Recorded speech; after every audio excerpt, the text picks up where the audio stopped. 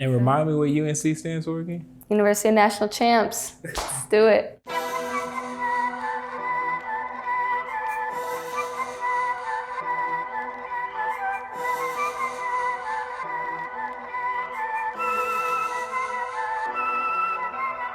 What's going on, world? Brand new episode of Royal Key there on your screen. I'm your host, George Kill, and I'm here at UNC Soccer with new assistant coach, Alex Kimball. Alex, how are you doing? I'm doing well. How are you guys? Doing amazing. It's my pleasure to be here. I hear this is one of the top soccer lacrosse facilities in the country. Why not, right? You guys are one of the top soccer lacrosse programs in the country. One of my favorite things here so far, the light fixtures. However, what's hanging above those is what's most important. We have a lot of people come through this area and this space, and same thing as you. The first thing is they look up and they just can't believe it, and then their eyes kind of wander over here.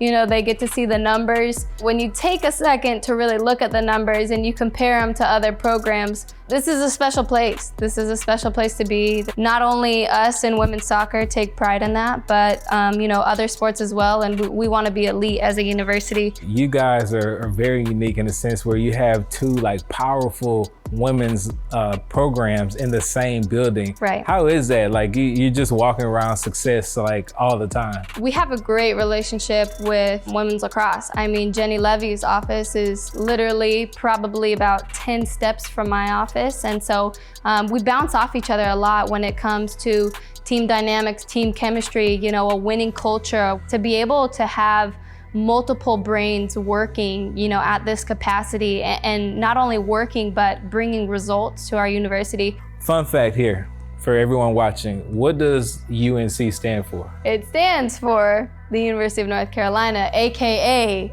the University of National Champions. I see, Yes. I see, definitely. And I haven't seen that branding in any one of the other facilities, so it makes sense. Talk to me about what we have here. We just want to make it apparent that, you know, on both sides of, you know, male sports and female sports, we like trophies. We like to win. We put an emphasis on quality human beings. You know, Anson always gives the example, you know, if I had the choice for you to cure cancer or win a gold medal, I want you to cure cancer. So, you know, we want to really kind of refine these young women and these young players. This is our film space. We use this space primarily to do evaluations on our opponent as well as ourselves. There's a massive screen that comes down here. You know, our players are locked in, they're focused. They got these nice, comfy movie chairs. You know, we were sitting on wood benches, just, you know, active and ready, but we really wanted to give them a space to really lock in before games. And even at halftime, this is a space that's used at halftime to kind of regroup and regather what we're gonna go into the second half to do. And also, you know, it's a space that the girls, they can come down here, they can watch the World Cup, you know, they can watch a movie, they can watch an EPL game, you name it. This space is open and you know, it is a space provided for our student athletes to use as they need it. Each coach got to honor 10 players. These are the 10 men's players. Then you have your multiple championships from all programs here. Yeah. And then your women here who also helped shape this program. Yeah, these are some special ladies. I mean, if you want to talk about the Nutmeg Queen, you got Tobin Heath, you got Crystal Dunn. She's currently getting prepped for the World Cup after having a baby. You know, who can do that? Not many girls. Lori Knupley, she is, again, one of Carolina's greatest. Heather O'Reilly, she is still in the area, still playing, you know, gold medal, World Cup winner. Tisha Venturini, she was a Shark. Cindy Parlow, she's now the current U.S. soccer president. So she is, you know, empowering women on that stage. Christine Lilly and Mia Hamm, I mean, you guys know who they are. April Heinrichs, one of the best leaders to come through Carolina women's soccer, and Carla Overbeck. Again, Anson has numerous stories about Carla, and you know, now she's the assistant coach over at Duke, but we still love her, we still support her, and she was a great heel. Now, the locker room. This is their locker room. We will sometimes come in here, sometimes before a game. If I need to chat with the player, I'll come find her. This is their space to dance, to, you know, get rowdy, get ready for a game, get locked in, do whatever they need to do before. This is their baby home. I want to ask you this, like soccer is such an international, a world sport. Being in here with people just from all different nationalities, like How cool is that? I think we're super lucky when it comes to, being the world sport. A lot of people are trying to be the best, and so a lot of people know, especially within the college platform, if they want to come to America and they want to develop their soccer, North Carolina is the place to do it. So that's how we get these recruits from England. We've had a New Zealand girl, we've had some girls of Jamaican descent. We have a lot of girls who represent their countries, and we're super, super proud of them. But again, they know that if they're outsiders looking in, that this is the place to be. And if they have a gap in their game, we're here to close that gap and get them ready for the next level.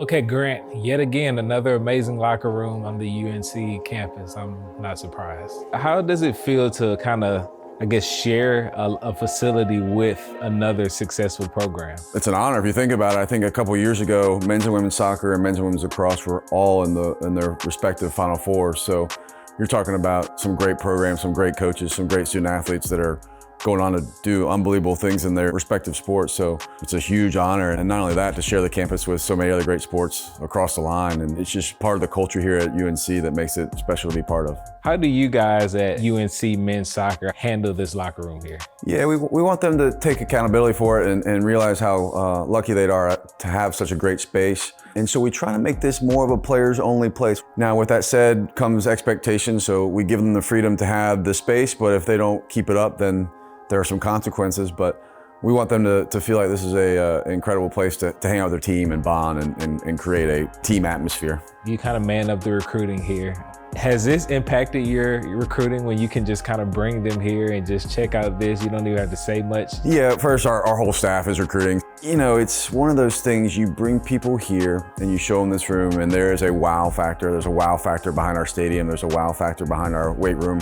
There's a wow factor behind our academic center. And so Bubba and our Rams Club have done a great job of committing to facilities in general. So Grant, just like the other programs kind of in this facility, you guys have to show who has come through here and made an impact, right? First of all, you see two of the greatest defenders in American soccer history in Eddie Pope and Greg Berhalter.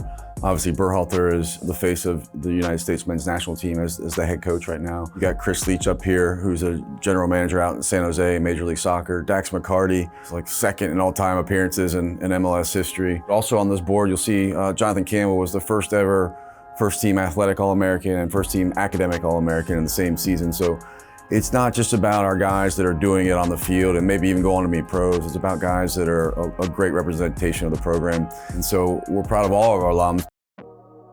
Okay, AK, fondest memory at Dorrance Field. Well, back in my day, it actually wasn't Dorrance Field, so that's a new addition to what was called Fetzer Field.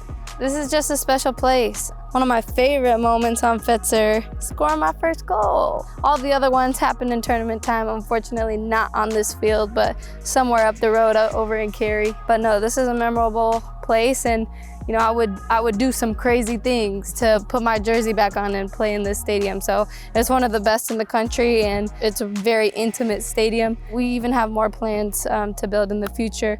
We want a futsal area there for our girls in the off season.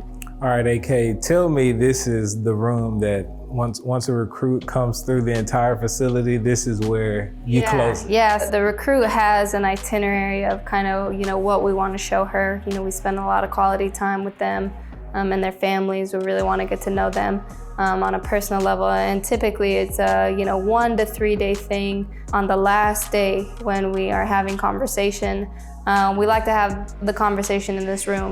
This room means a lot to us, and everything in here represents who we are.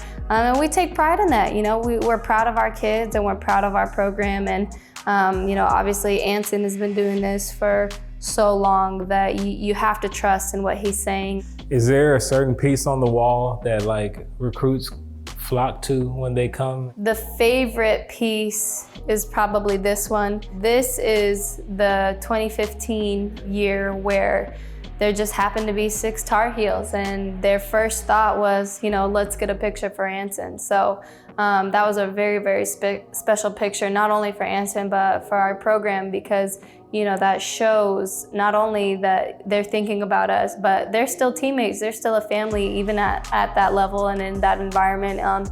It goes beyond just what we do with the Carolina blue on, but we also want our kids wearing their international crest as well, and that's something we take into consideration and we really value. So at first they're a little overwhelmed by everything that's going on, but once they slow down and they actually see who's on the wall and kind of what each one of these players have done individually and kind of who Anson is as a coach and how he treats his players is a really special thing for our recruits to experience.